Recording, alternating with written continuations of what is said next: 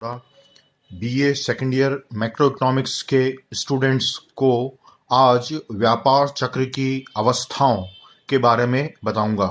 पिछले क्लास में हमने ट्रेड साइकिल या बिजनेस साइकिल को डिफाइन किया था। आज हम देखते हैं कि बिजनेस साइकिल्स की स्टेजेस क्या होती है, या जिसे हम कहते हैं स्टेजेस ऑफ ट्रेड साइकिल्स। अमेरिकी अर्थशास्त्री आर्थर एफ बर्न्स तथा वेस्ले सी मिशेल के अनुसार प्रत्येक व्यापार चक्र में गर्त जिसे ट्रॉ तथा शिखर जिसे पीक की दो अवस्थाओं के अतिरिक्त दो अन्य अवस्थाएं इन दोनों के बीच की होती है। इस प्रकार एक व्यापार चक्र की चार अवस्थाएं होती है। ध्यान दीजिए बच्चों, ट्रेड साइकिल की जो है चार स्टेजेस होती है। पहली स्टेज को हम डिप्रेशन और कॉन्ट्रैक्शन कहते हैं, जिसे हम हिंदी में मंदी या संकुचन कहते हैं। दूसरी स्टेज को हम रिकवरी और रिवाइवल या पुनरुत्थान कहते हैं। तीसरी स्टेज को हम प्रॉस्पेरिटी एंड बूम और एक्सपेंशन या हिंदी में समृद्धि अथवा तेजी अथवा विस्तार कहते हैं। और चौथी स्टेजेस व्यापार चक्र की होती है, जिसे हम प्रतिसार या सुस्ती या रिसेशन कहते हैं।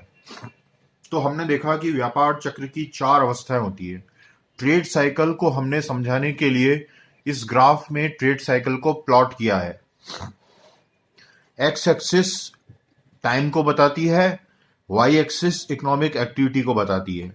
ये बीच वाली जो रेखा है ये इक्विलिब्रियम पोजीशन को बताती है। जैसा कि मैं पॉइंट आउट कर रहा हूं, ये इक्विलिब्रियम पोजीशन है। तो शुरू में यहां पर ट्रॉ है, मतलब हम इकोनॉमी जो है बिल्कुल गर्त में पहुंची हुई है।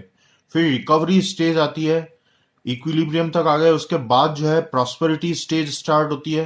प्रॉस्पेरिटी के बाद पीक आता है। पीक के बाद फिर रेसेशन की स्थिति आती है, और फिर एक स्थिति ऐसी आती है चौथी स्टेज, जिसे हम डिप्रेशन या ट्रॉ कहते हैं। और उसी तरह से फिर वापस जो है रिकवरी, और रिकवरी के बाद इक्विलिब्रियम पोजीशन के ऊपर प्रॉस्पेरिटी, और उसी तरह से जो है दूसरा पीक जो है वो आता है। तो इस तरह से हमने देखा कि ट्रेड साइकिल के अंदर चार स्टेजेस होती है। इस प्रकार व्यापार चक्र की एक अवस्था के बाद दूसरी अवस्था उत्पन्न हो जाती है। समृद्धि समाप्त होते ही सुस्ती आरंभ हो जाती है, और सुस्ती मंदी की स्थिति तक ले जाती है। मंदी के बाद पुनरुत्थान का क्रम आरंभ हो जाता है, और पुनः समृद्धि की ओर बढ़ने लगते हैं। व्यापार चक्र की एक अवस्था समाप्त होते ही दूसरी आरंभ हो जाती है। किसी भी अवस्था का कोई निश्चित समय निर्धारित नहीं होता है, परंतु जैसा कि केन्स ने बताया है कि ऊपर से नीचे अर्थात तेजी से मंदी की ओर गिरावट अचानक और बहुत तेजी से होती है, जबकि नीचे से ऊपर उठने में अधिक समय लगता है और कठिनाई होती है।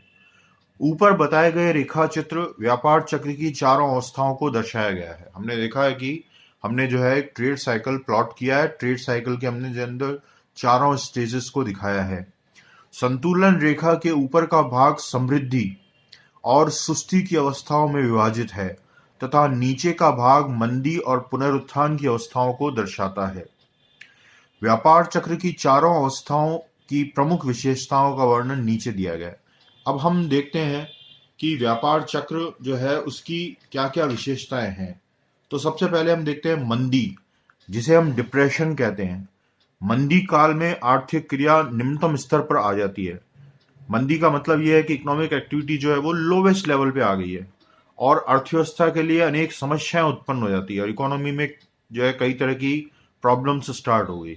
इस अवस्था की सामान्यतः मुख्य विशेषताएं निम्नानुसार है।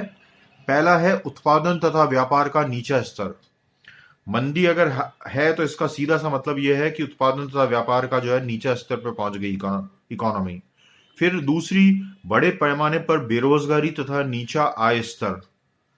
तीसरी, मांग में कमी तथा कीमतों में गिरावट। जो व्यापारी वर्ग है उसको सही कीमतें नहीं मिल रही है, मांग में कमी है। चौथा है कच्चे माल तथा कृषि पदार्थों की कीमतों में निर्मित पदार्थों की कीमतों से अधिक गिरावट। डिप्रेशन है तो कच्चे माल और कृषि पदार्थों की कीमतों में जो है वो बहुत ज्यादा गिरावट है। पांचवा, कीमतों की तुलना में लागतों में कम गिरावट है। उसके जितनी प्राइस गिर रही है उसके कमेंसुरेट जो है वो कॉस्ट नहीं गिर रही है। छठा, निवेश में कमी के कारण बैंक साख की मांग में कमी है। अगर डिप्रेशन है इसका मतलब यह है कि क्रेडिट ग्रोथ जो है कम है, बैंकों से जो क्रेडिट है उसमें कमी है। सातवां, ब्याज दर में कमी है, ये एक इंडिकेशन है कि डिप्रेशन की स्थिति है। और ऊंचा तरलता अधिमान तथा साहस की कमी, लोग जो है लिक्विडिटी को प्रेफर कर रहे हैं और साहस की कमी है, कोई भी एंटरप्रेन्योरियल काम जो है वो नहीं कर पा रहा है। 10वां जो है व्यवसायिक असफलताओं की ऊंची दर, इसमें जो है वो बिजनेस जो है फेल्योर्स जो है वो ज्यादा है। और 11वां, निर्माण क्रियाओं तथा कारखानों के विस्तार में रुकावट है, कोई भी नई जो है वो मैन्युफैक्चरिंग एक्टिविटी नहीं हो रही है। और सर्वव्यापक निराशावादी है, ऑल राउंड पेसिमिज्म है। तो ऐसी स्थिति जो है वो डिप्रेशन की स्थिति बताती है। उपर्युक्त तत्व जब सम्मिलित रूप से कार्य करने लगते हैं तो एक तत्व दूसरे को शक्ति देता है और मंदी का क्रम एक संचयी प्रक्रिया, क्यूमुलेटिव प्रोसेस का रूप धारण कर लेता है। कहने का मतलब यह है कि एक फैक्टर कोई स्पेसिफिक काम नहीं कर रहा है, अब जो है वो सारे फैक्टर्स जो है वो कंटिन्यूअस जो है वो काम कर रहे हैं। दूसरी स्टेज हम देखते हैं जिसे हम पुनरुत्थान या रिकवरी और रिवाइवल कहते हैं। तो पुनरुत्थान का क्रम तब आरंभ होता है जब आर्थिक क्रियाएं शिथिलता की निम्नतम दशा में पहुंच जाती है, जब इकोनॉमिक एक्टिविटी जो है वो लोवेस्ट एप पर पहुंच जाती है, ट्रॉ की स्थिति आ जाती है, तब पुनरुत्थान होता है। पुनरुत्थान आरंभ करने वाली अनेक शक्तियां हो सकती है। पुनरुत्थान को चालू करने के लिए कई फोर्सेस काम कर सकती हैं। कीमतों की गिरावट रुक जाना, पुनरुत्थान, कीमतों की गिरावट रुक जाना, गोदामों में रखे स्टॉक दैट इज इन्वेंटरी समाप्त हो जाना, नीची ब्याज दरों के कारण पूंजी निवेश को प्रोत्साहन मिलना, निराशावादी दृष्टिकोण में अगर परिवर्तन हो जाता है, नए बाजार उपलब्ध होना इत्यादि, तब जो है पुनरुत्थान की स्थिति जो है वो चालू होती है। पुनरुत्थान का आरंभ इनमें से किसी एक अथवा एक से अधिक तत्वों का परिणाम हो सकता है। पुनरुत्थान या रिकवरी या रिवाइवल की जो स्टेज है उसकी मुख्य विशेषताएं है, पहला, उत्पादन तथा रोजगार में वृद्धि। इस स्टेज में जो है एम्प्लॉयमेंट बढ़ रहा है, प्रोडक्शन बढ़ रहा है। दूसरा, आय में वृद्धि के कारण मांग में वृद्धि, जो कंज्यूमर्स हैं या सिटीजन्स हैं उनकी इनकम में वृद्धि हो रही है, उसके कारण मांग में वृद्धि हो रही है। कीमतों में वृद्धि। चौथा, मजदूरी तथा ब्याज की दरें अपेक्षाकृत नीची होने के कारण लाभ में वृद्धि। पांचवा, निवेश को प्रोत्साहन। छठा, बैंक साख की अधिक मांग। सातवां, स्टॉक रखने की मांग में वृद्धि। बैंक साख की अधिक मांग पे हम को समझते हैं, रिकवरी और रिवाइवल स्टेज तभी आएगी जब बैंक साख, क्रेडिट ग्रोथ की जो है अधिक मांग होगी। इससे पहले हमने बताया निवेश को प्रोत्साहन, इन्वेस्टमेंट को जो है हम प्रोत्साहन मिल रहा है तो रिकवरी आना संभव है। स्टॉक रखने की मांग में वृद्धि हो रही है, इन्वेंटरीज को इकट्ठा हो रहा है, इन्वेंटरीज को रखने की मांग बढ़ रही है, इसका मतलब कहीं ना कहीं डिमांड है जब इन्वेंटरीज की मांग हो रही है। आठवां, स्थापित उद्योगों की अप्रयुक्त उत्पादन क्षमता, अनयूटिलाइज कैपेसिटी में कमी आ रही है।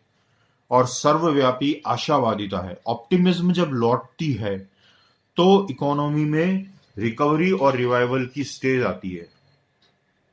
पुनरुत्थान का क्रम आरंभ होते ही उपर्युक्त सभी तत्व संचयी स्वरूप में कार्य करने लगते हैं और अर्थव्यवस्था में पुनर्जीवन की प्रक्रिया निरंतर अधिक वेगपूर्ण होती जाती है। अगली स्टेज जो है वो है समृद्धि तथा तेजी, जिसे हम प्रॉस्पेरिटी एंड बूम कहते हैं। हैबर्लर के अनुसार समृद्धि की स्थिति की अवस्था वह है जिसमें वास्तविक आय के उपयोग तथा उत्पादन में वृद्धि होती रहती है। हैबर्लर ने क्या कहा है, समृद्धि की स्थिति की अवस्था वह है जिसमें वास्तविक आय के उपयोग तथा उत्पादन में वृद्धि हो रही है, रोजगार का स्तर ऊंचा है, एम्प्लॉयमेंट जो है ज्यादा है और बढ़ रहा है, बेकार साधन तथा बेरोजगार मजदूर होते ही नहीं अथवा बहुत कम होते हैं, अनएम्प्लॉयमेंट की स्थिति नहीं है।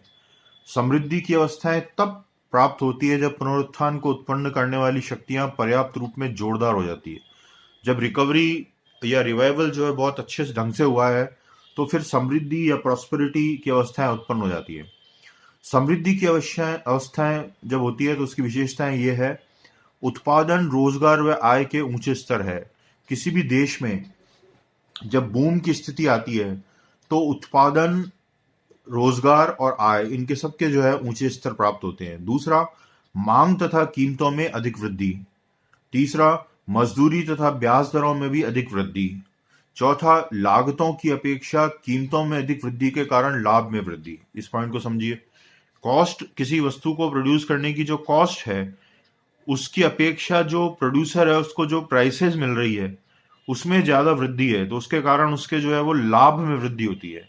तो लाभ में वृद्धि होना जो है वो प्रॉस्पेरिटी और बूम की स्टेज बताती है। पांचवा, निवेश में वृद्धि तथा निर्माण कार्यों को प्रोत्साहन। निवेश में वृद्धि हो रही है, इन्वेस्टमेंट में इंक्रीज है और मैन्युफैक्चरिंग एक्टिविटीज को प्रोत्साहन है। छठा, बैंक साख का विस्तार, क्रेडिट ग्रोथ जो है वो उसमें का एक्सपेंशन है। तो प्रॉस्पेरिटी और बूम की स्टेज में ये होता है। सातवां, औद्योगिक विस्तार है। आठवां, गोदामों में माल रखने, इन्वेंटरीज की अधिक मांग हो रही है।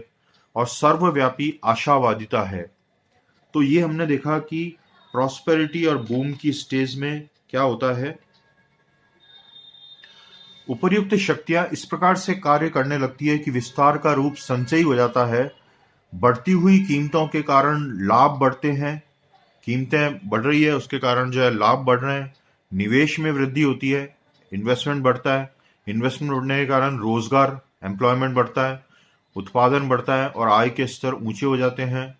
अगर आय बढ़ रही है तो प्रभावपूर्ण मांग या इफेक्टिव डिमांड बढ़ती है। आय बढ़ने से क्या होगा, वस्तु और सेवाओं की मांग बढ़ेगी, इसका मतलब इफेक्टिव डिमांड बढ़ रही है और उससे और अधिक निवेश बढ़ेगा, इन्वेस्टमेंट को और प्रोत्साहन मिलेगा, रोजगार को भी प्रोत्साहन मिलेगा।